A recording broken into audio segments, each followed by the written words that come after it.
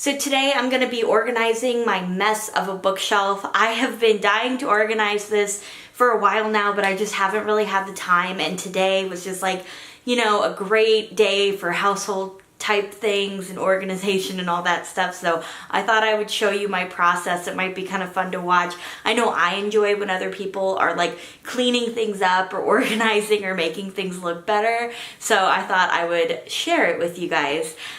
So as you can see, my bookshelf is behind me, and it's not even really a bookshelf. They are two 4-cube organizers that I got from IKEA. But my problem with them is, so like if you have a bigger book, then it works out fine because, you know, the shelves are high. That's one of the benefits of these cubes, is that they're higher than some bookshelves are. So I like that, and I've got like scrapbooks and stuff down here, which worked out really well because the scrapbooks aren't just tall, but they're wider. But yeah, like, so for some of the books fit perfectly in the cube, and then other books, just, you know, like the smaller, more standard sized books, you know, I don't really get to utilize the vertical space in the cube. And then the other problem with it is that I was having to put two different layers of books and put books behind other books, and then I couldn't see them. So one thing that my husband made for me actually are these little shelves that I'm going to be using today to organize. And so I'll kind of show how this works, but basically I wanted the shelf to be in the back and sit books on top of it. That way they can be up above the first row of books, and that way I can see what's behind them better. So we're going to see how this works out, and yeah, hopefully it'll be a good end result. I actually have a lot more books in like scattered throughout my house. I like to use books as decoration. So I'll do like, you know, stacks of books, you know, throughout the house, like candles and stuff like that. So yeah, this is just, these are just the books in my office. But yeah, I have more. I don't even have my Harry Potter collection in here because I've got it over where I film. So yeah, but hopefully, and we'll see if maybe I move some more books in here, we'll see.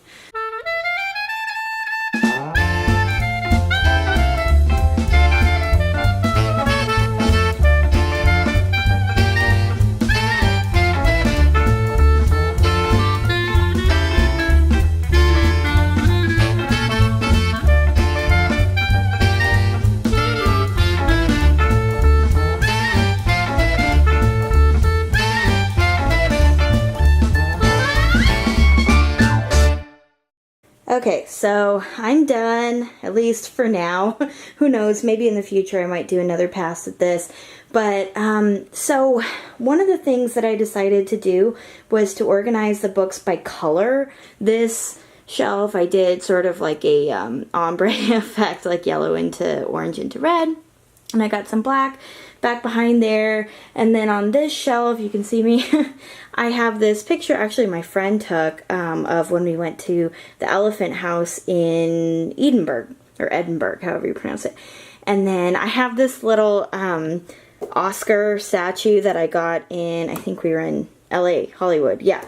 And so I got my like name put on there, and it's really cute because it says best screenplay. And then back behind I've got some more books, and you know, so the way that I did it, since I did it by color, my writing books are kind of scattered throughout. Like over here I've got like a screenwriting book, and then plot and structure, you know, so I'm gonna have to, when I want to find books, do it by color now, but I think it just looks better. And then I got my Jane Austen books over here. I didn't really do this one by color because I really wanted to keep my Jane Austen books together. It just didn't seem right to separate them. And then down there, like I said before, I've got scrapbooks and stuff. Oh, and I wanted to show, I'm really proud of this. This is my portfolio. I used to write for a magazine, and so these are some of the stories that I did. So I've got a bunch of those. And then also I used to write for the newspaper of my school, of my the university I attended. I wrote for the newspaper, so I have some of those clippings in there. So yeah, I'm really proud. I think it looks really nice, and it feels really nice and everything. So that's my portfolio. I really like it. Also on that shelf I've got music books, like piano, book, sheet music for singing. So yeah, a lot of fun stuff on that one.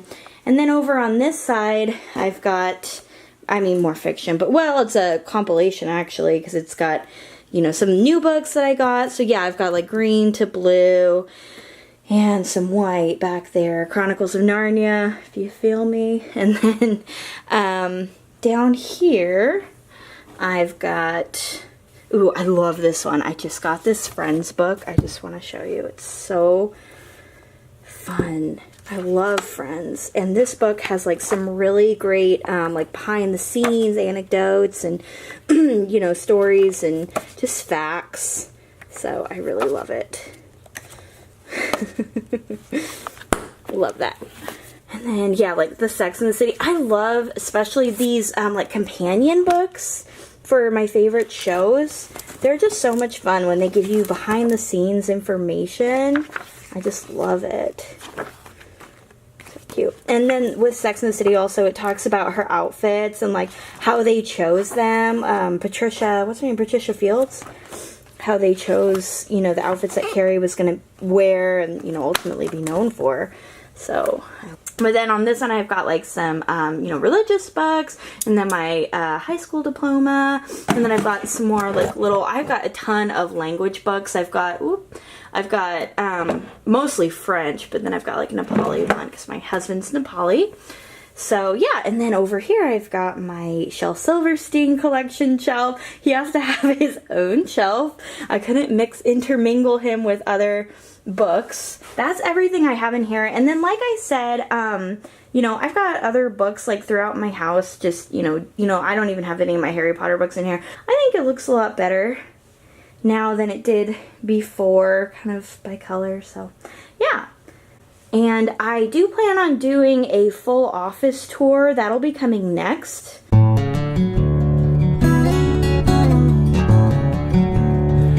Okay, so I have been wondering for a long time what my Myers-Briggs personality type was.